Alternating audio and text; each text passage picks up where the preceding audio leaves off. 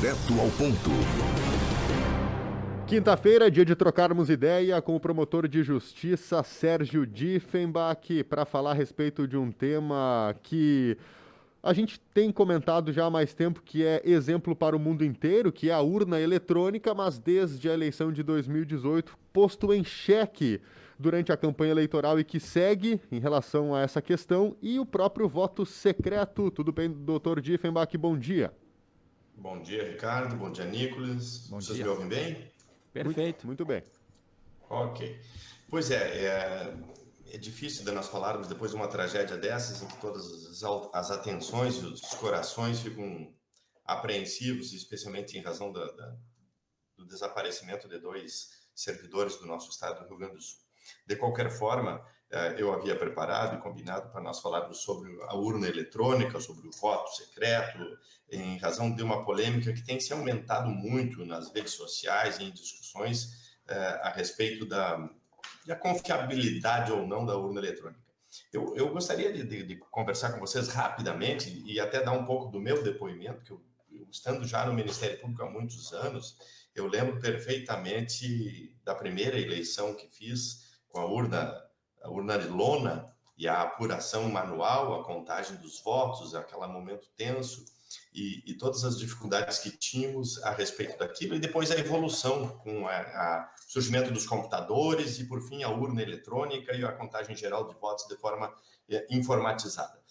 Eu sou testemunha e um defensor muito forte da urna eletrônica, pelo seguinte aspecto, e é importante repetir isso para a população, porque a população tem sempre nós temos uma tendência a pensar que no Brasil as coisas não devem dar certo, que nunca dão certo e que sempre há maldade. Em primeiro lugar, é importante lembrar que a composição da Justiça Eleitoral, embora os ministros dos tribunais superiores eleitorais sejam compostos por ministros do Supremo Tribunal Federal, que em algum momento foram escolhidos por um presidente e aprovados por um Congresso, a estrutura geral dos tribunais eleitorais e da Justiça Eleitoral, ela é absolutamente concursada, togada e baseada em juízes concursados, o que garante um fatiamento de confiança espalhado pelo Brasil todo através das juntas eleitorais, dos juízes eleitorais, dos trabalhadores dos cartórios e dos mesários voluntários.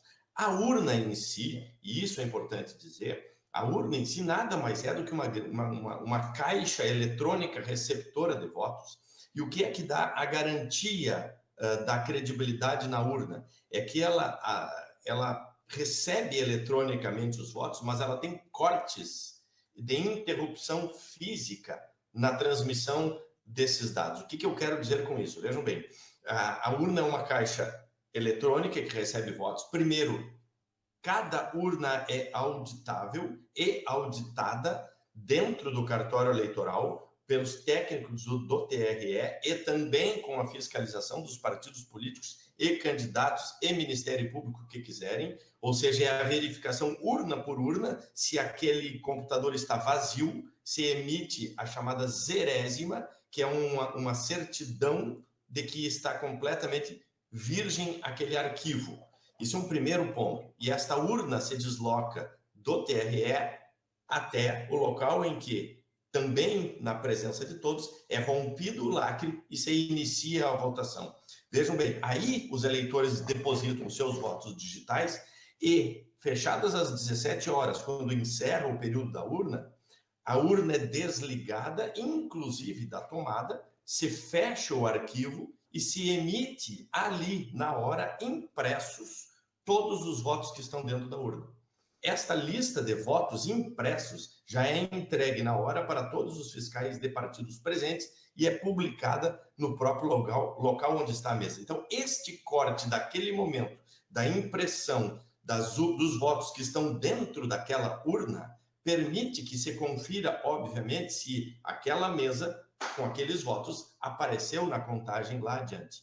Depois, esse arquivo é entregue no cartório eleitoral e ele entra para uma grande calculadora, que é o modo de contagem dos votos remetidos mais adiante. Este fato de ser fechada e impresso o boletim de urna torna praticamente impossível de se cogitar de uma fraude de nível maior, nacional, estadual ou mesmo de nível municipal. E todo este processo permanece tendo auditoria dos órgãos intervenientes. Então, ele simplifica na medida em que permite que se controle na urna e qualifica o processo de encaminhamento dos votos, apenas isso. E em nenhum momento até hoje se identificou nenhuma eleição fraudada por esse sistema. Então, esse é um ponto fundamental para as pessoas refletirem, pensarem, olharem a urna, entenderem a urna, perguntarem sobre a urna. E é um aspecto fático. E no aspecto jurídico, nós temos que convir que o eleitor, e isso é um fato histórico, é o segredo do voto. Antigamente, o eleitor, às vezes, deixava um sinal no voto para que lá na contagem se identificasse quem é que fez aquele voto. Pois bem, aquele voto se tornava nulo porque ele poderia identificar o voto. Imaginem se agora cada eleitor vai imprimir o seu próprio voto. Num país de grotões como é o Brasil, é muito fácil de haver o antigo cabresto, o antigo comando de votos, ou seja, tu me apresenta aqui o teu voto, que tu vais ser considerado nosso amigo, nosso inimigo, ou vai ser aprovado, ou vai até ser fácil uma corrupção, trocar um voto por alguma meia dúzia de reais. Então, o voto impresso, nesse sentido, ele corre o risco de ser considerado como violador do voto secreto. E o voto secreto é uma cláusula pétrea dentro da Constituição, ou seja, nem por emenda constitucional é possível se aprovar, somente por uma revolução ou por uma nova Constituição. Por essas e por todas essas razões é que me parece absolutamente inconveniente, desprovida de razão a propositura do voto impresso nesse momento. É um assunto que ainda certamente vamos ouvir falar muito e vai ser bastante debatido até chegar ao pleito de 2022. Dr. Sérgio Diefenbach, obrigado aí pela participação, pelo Direto ao Ponto desta quinta-feira e até semana que vem. Abraço a todos. Aliás, a respeito desse tema, nosso ouvinte, o Cacau, ele escreve o seguinte: vejo vocês falando sobre cédula eleitoral novamente e pergunto, a gente vive num mundo onde tudo é digital, então voltar para o sistema antigo eu acho que seria um total retrocesso e uma descredibilidade total por parte do presidente nesse sistema. Opinião do ouvinte pelo 999787885.